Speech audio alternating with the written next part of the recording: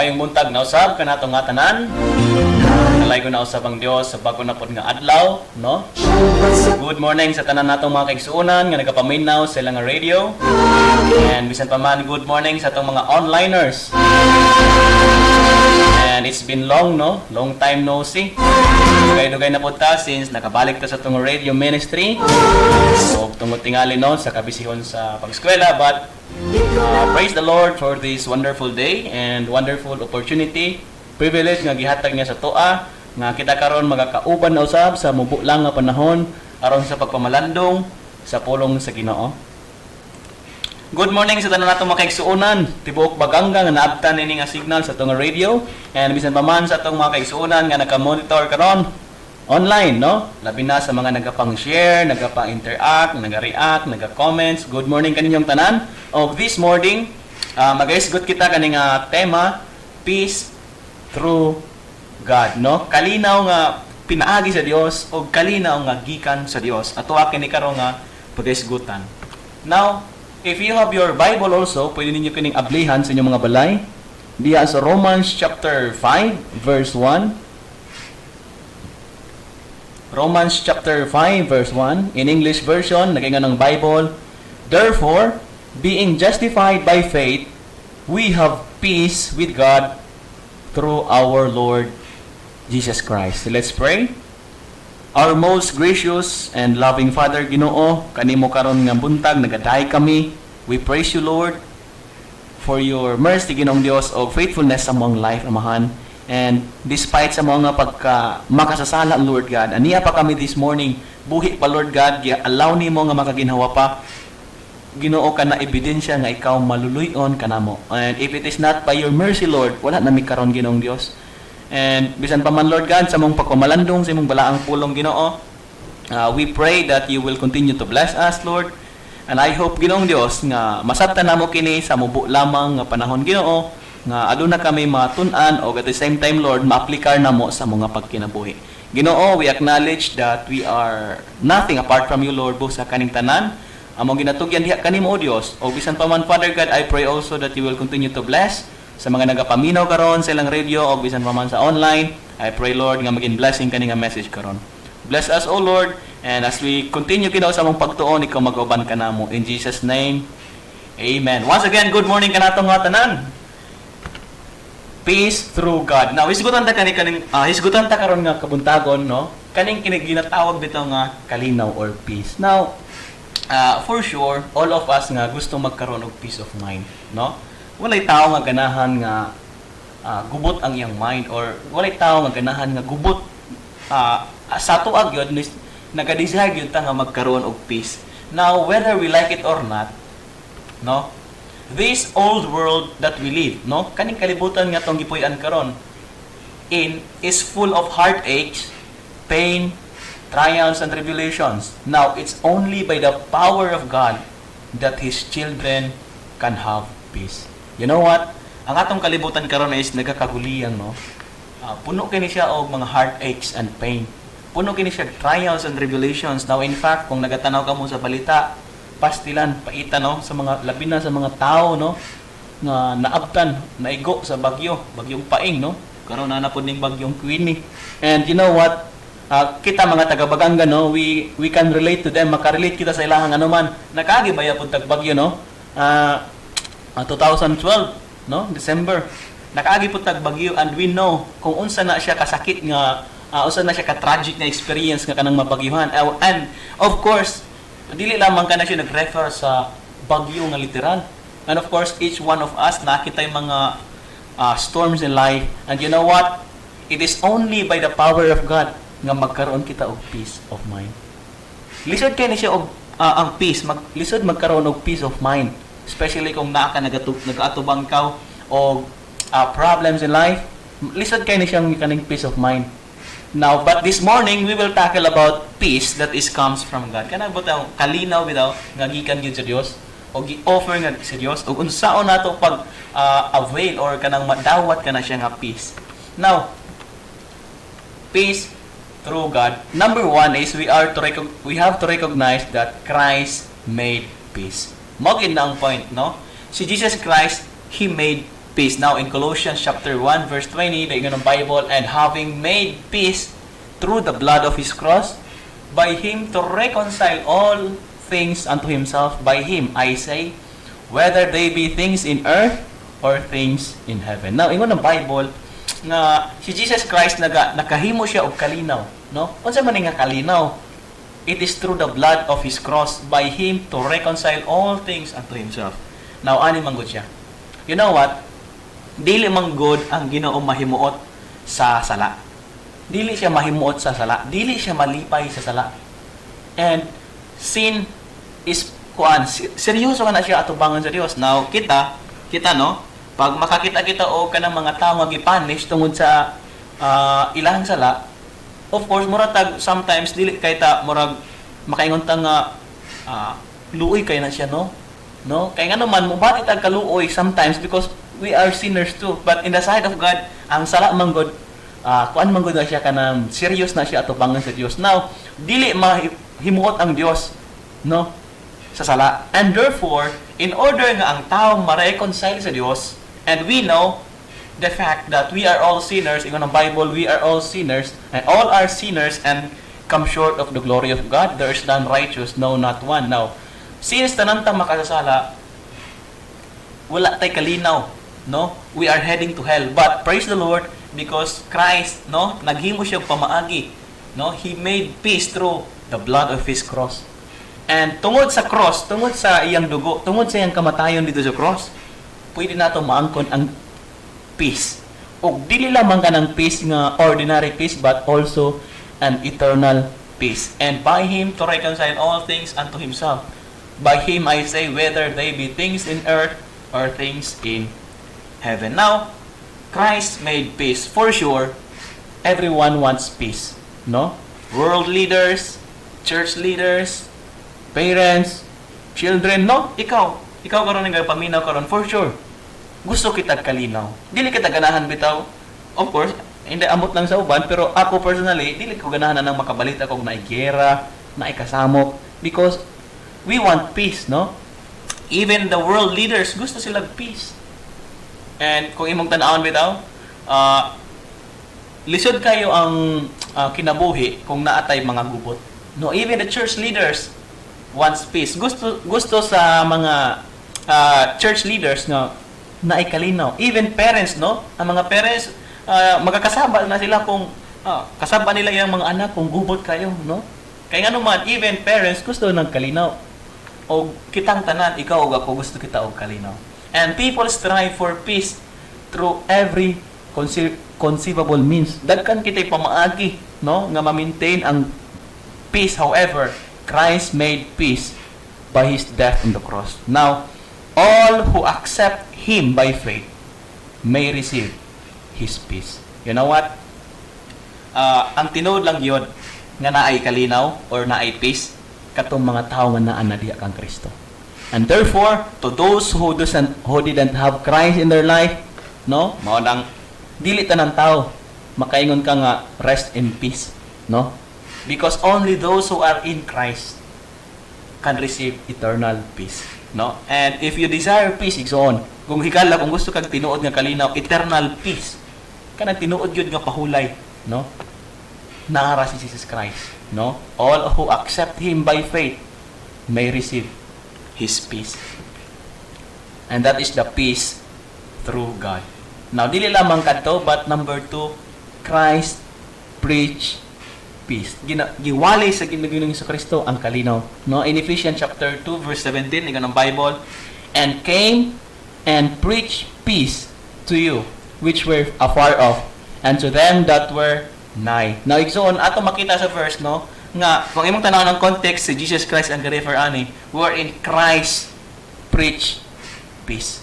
Kaya nga naman, gi-offer niya ang peace sa katauhan. Now, Christ's message was given to the Jew first, but also to the Greek, out to the Gentile. Naman ato makita, no, nga ang the gospel of salvation nga nagdalag kalinaw, the good news, no, kana siya gihatag or gideliver una sa mga Hudiyo, and of course dili lamang sa Hudiyo ang ebanghelyo or ang maayong balita, the good news, the gospel of our salvation, but also for us nga mga Gentiles. Now, the peace of God is available to all. No, mo na nga tong tan-aw, no? Ang kalinaw sa Dios, available na siya sa tanan. And even the salvation of God, it is available to all, no? Black and white, young and old, rich and poor, no? Kay kana siya nga kalinaw, walay gipili. Ang Dios walay gipalabi. Wala siya pinalabi. Ma-black pa man, maitom ka man, maputi man ka, no? Batanon man ka, tigulang man ka, dato man ka, pobre man ka. Kanang kalinaw nga gikan sa Dios is wala na siya gipili. Those who hear the word, accept and believe it, may receive the peace of God. Kanang mga tao nga nagdawat sa pulong sa Dios, o kanang mga tao, no, nga nagtuo sa gospel, sila ang makadawat sa kanang gitawag bitaw nga peace of God. And that is peace through God. Di lamang kato, but also number 3, Christ gives peace. Mana nga itong makita isuon nga ang Ginoong Hesukristo is nagahatag siya og kalinaw. Now, kinsa man ning gihatagan niya sa og kalinaw kanang mga kaanak niya, kanang mga tawo nga dunay pagsalik diha kaniya. Now in John chapter 14 verse 27 ingon siya, peace I leave with you, my peace I give unto you, not as the world giveth, give I unto you. Let not your heart be troubled, neither let it be afraid. Now, kung imong tanaw ng context ani nga verse igala, ang John chapter 14, dira nimo makita bitaw, mao ni nang time na si Jesus Christ, since God man siya, and he know also nga one day no na mag-betray sa iya, ha, pati yun siya. And of course, pag ingon niya nga inganang mahitabo nga nga mamatay siya, nag-uol, no? Nag-uol ang mga disciples niya. And during their time, pag mabalaan ka nga disciple ka ni Jesus Christ, sumusunod ka niya, you know what? Ang mga tao, mura bitaw i-cancel ka nila sa ilang society. Kana gibitaw mura kag gamay kag value sa ilang time. No, and therefore nagkakaguliyang sila aside from the fact na gina-persecute sila pag mabalaan sila na follower sila ni Jesus Christ. No, nag-all pagid sila kay biha naman silang master. However, naay gi-promise ang Ginoo sa ilaha. Unsa ingon niya? Peace I leave with you, my peace I give unto you. Not as the world giveth, give I unto you. Let not your heart be troubled, neither let it be afraid. Kaning word bitaw nga let not your heart be troubled. Kung imong tanan ng John chapter 14 verse 1, maupod ni ang giingon ni Ginoong Hesukristo. Let not your heart be troubled. Ye believe in God, believe also in me. No? Kung imong nang basahon ng whole chapter sa John chapter 14, nindot kay na siya, no? And I remember one time when my brother, no, akong igsuon, no, daghan man may magsuon, and one day akong igsuon na admit na siya, dugay na ni siya. Pagka-admit niya 2018 to, I think. 2020, no? Admit na siya sa na-admit na siya sa DOPMC, no? Davao Oriental Provincial Medical Center. And I am the one, usa ko sa naging watcher niya, no? Uban mi sa akong papa. At the same time, no, nabalaan na mo nga ang iya diay sakit is complicated na. Ang iyang sakit is that was, no, renal failure sa kidney siya, na siya chronic kidney disease na wherein taas ang iyang creatinine, ningabot nag 2,000. And you know what? Sa dito mi sa Mati, no? Mingaw kay mi dito kay online man gid na kung naka-experience na mo matulog dito sa ospital, kasabot mo sa akong gipasabot nga kana bitaw magbantay ka na kay pasyente nga gibantayan niya. Inyong surrounding murag dili kay ka komportable, no? Dili ka katulog maayo. And you know what? Nag-share ko sa iya gospel, and the night bago siya namatay, no? And of course, pag gikan na mo pag-uli sa hospital, siya ako gyapon nagbantay sa pag-uli, and then pali-puli mi sa among mga magsuon. And then one time, gikapoy na ko niya, ning kuan na po, ning trigger akong heart that time, so gipapaulay ko sa akong papa nga anak nga sila sa daw ang magkuan, no? Ang magkuan kanang magbantay siya. And until such time ang nahitabo mao ni one night no natulog ko kakuan naman sila man sa ang nagbantay, so natulog ko. And then gipuko ako sa igsuon, gipangita daw ko sa kong kuya, katong kuya na ko nga nasakit. Unya nagkuan siya kanang to make the long story short, last night na day ito niya. And you know what? The moment nga nabalaan ako nga, anagid ni murag anagid ni pag-asa do kay ang yang heartbeat kuan na kanang tawag na ang yang heartbeat is gamay na lang yun o ang yapong na temperature wa na pababa na. And then I kuan no ning abot sa akong mic nga mag-share siya bahalik og gospel pag-remind. And gi-share na ko sa iya kaning favorite na ko nga chapter. One of the most favorite na ko sa chapter sa Bible is the John chapter 14, no? Wherein ging nako siya gi-share na ko sa iya nga dili ta magaka guol, no? Dili kita mag-uol. Let not your heart be troubled. Musalig kita sa Dios. Kaya nga naman, in my Father's house are many mansions. If it were not so, I would have told you. So, kuha na ko sa iya, gi-share na ko sa iya, ha? No, ang assurance of salvation nga, ang mga anak sa Dios, dili na mahadlok mamatay. Kaya nga naman, ang anak sa Dios, inig kamatay niya, muadto dayon siya sa balay siyang amahan, sa gingharian sa langit. Ang mahadlok lang mamatay, kanang mga tao nga wala pa'y Christ sa ilang heart. Kay luoy gid na sila, imperno gid na ilang padulngan. And you know what? Kasagaran baya sa mamatay no, manggunit, mahadlok. Og nakitan sa kong kuya nga naghilak na kong papa. Dagan na. O niya naitabo, gisingitan niya si papa. No, pa, di ko mag-uol ha. Which means ana siya nga di lagi daw mag-uol ang akong papa. Which means nakadawat gyud siya peace na siya kalinaw. And you know what? Mao nang promise sa Ginoong Jesucristo sa tuwa. Ingon siya, my peace I leave with you, my peace I give unto you. Not as the world giveth, give I unto you. Let not your heart be troubled, neither let it be afraid. Dili dapat ta magakabalaka, no? Kinahanglan nga mosalig kita nga kanabitang mosalig kita nga sure kita nga ang Dios ang nasa control, no? Christ gives peace. Now the peace the world gives isn't real or lasting. Of course, now may peace ang ginahatag, no? Nay assurance ang ginahatag ang kalibutan. However, it is not genuine or lasting. It fails to satisfy the longing of the soul. The peace that Christ gives is what the world needs. It can solve the world problems, church families, family and home problems. It is a real and lasting peace. This peace is not earned. Kaning kalinaw nga ginahatag ni Kristo, dili na siya nato ma-earn. It cannot be purchased, dili nato ni siya mapalit, no? Unsa lang, this peace is given to those who love God. Kaya ka ng mga tao na higugma sa Dios, nagasalig na sila sa promise sa Ginoo nga unsa man, that all things work together for good to them that love God, to them who are called according to His purpose. Peace through God. Now, number 4 is this.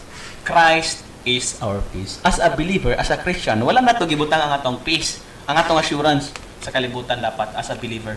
Our hope, our peace, our assurance must be in Christ. Nga naman, because Christ is our peace. Apart from Christ, dili gyud ka kaangkon og peace igsoon.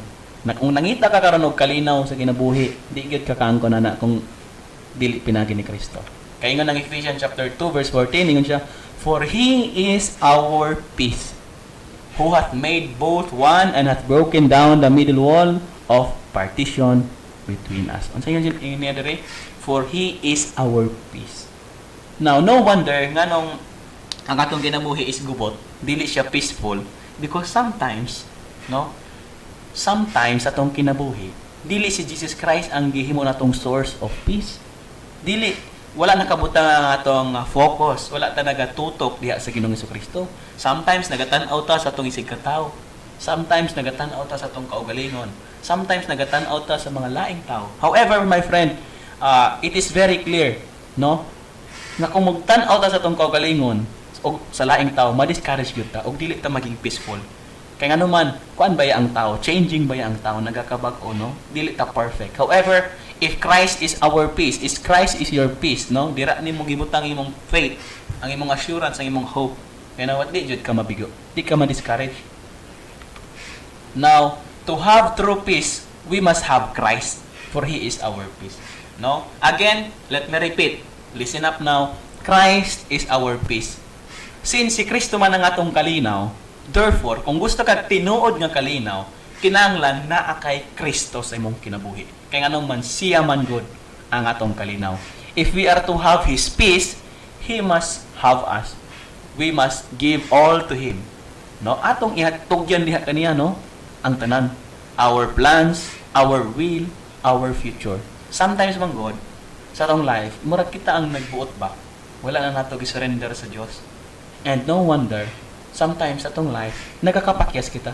Dili ta makaangkon og peace. Why?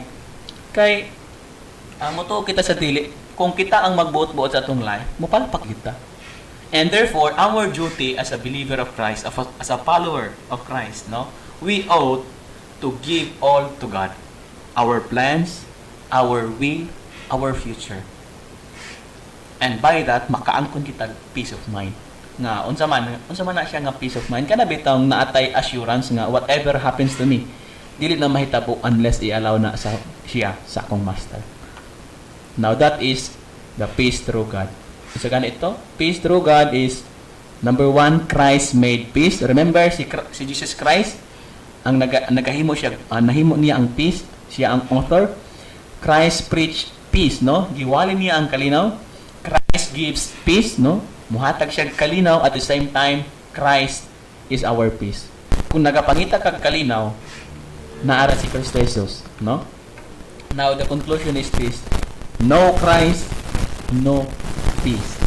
No Christ, no peace. Which means, kung wala kay Kristo sa imong kinabuhigsoon, di gid ka makaangkon og tinod nga kalinaw.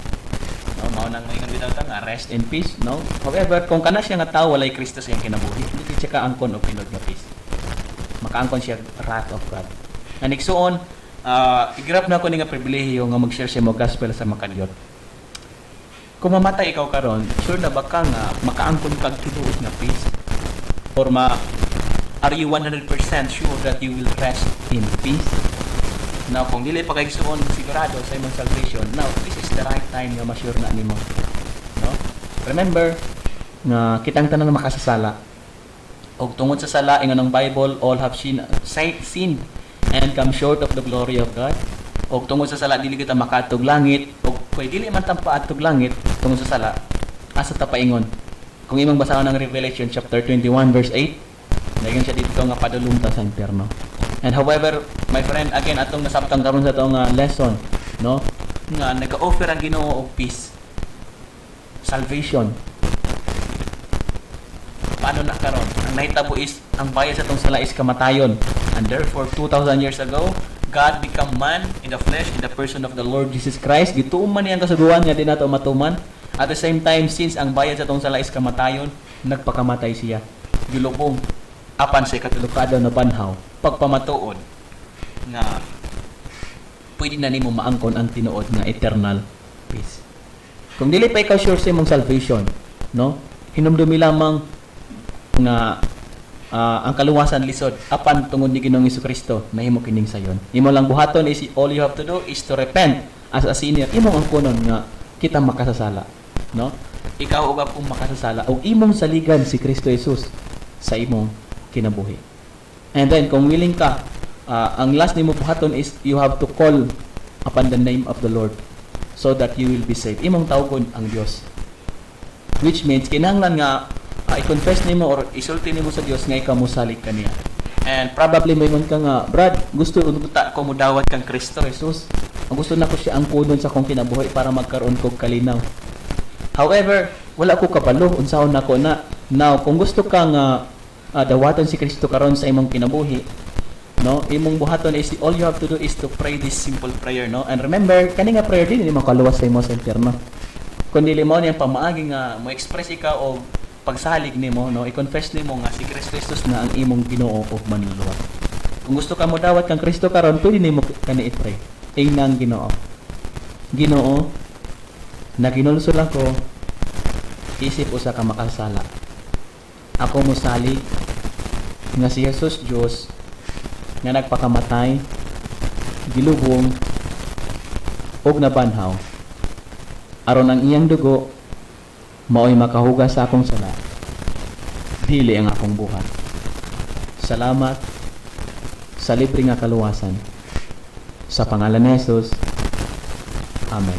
Now, karon kung ikaw karon Kristohanon nga nagapaminaw ni ini, praise the Lord. Kung sure na ka nga save na ka, praise the Lord. And continue serving your God and continue rest, no? Padayon sa pagpahulay diha sa kalinaw nga gina-offer sa tong Ginoong Jesucristo. Kaya you know what? Again, this world dili ni siya makahatag og tinuod nga kalinaw. Only God can give us real peace. No Christ, no peace. No Christ, no peace. And that is the peace through God. Let's pray. Father God, salamat sa imong pulong. Nag-remind ka na mo, Ginoo, nga kinahanglan, Lord, nga mosalig kami sa imong mga promises, Lord. O padayon kami mo gunit diha kanimo, Ginoo, o mga pangita o comfort diha kanimo, O God. And Lord, panalangin ni kining imong pulong. I pray, Ginoong Dios, nga ikaw mag-bless nini sa among kasing-kasing. In Jesus' name, Amen.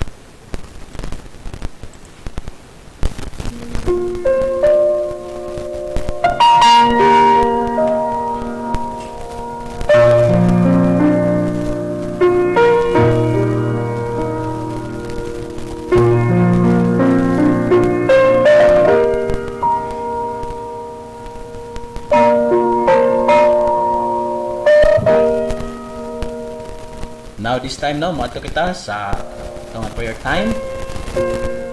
Uban ang pagtuo, pagsalig. Nga ang Dios gayud magatupag kanunay sa itong mga pag-ampo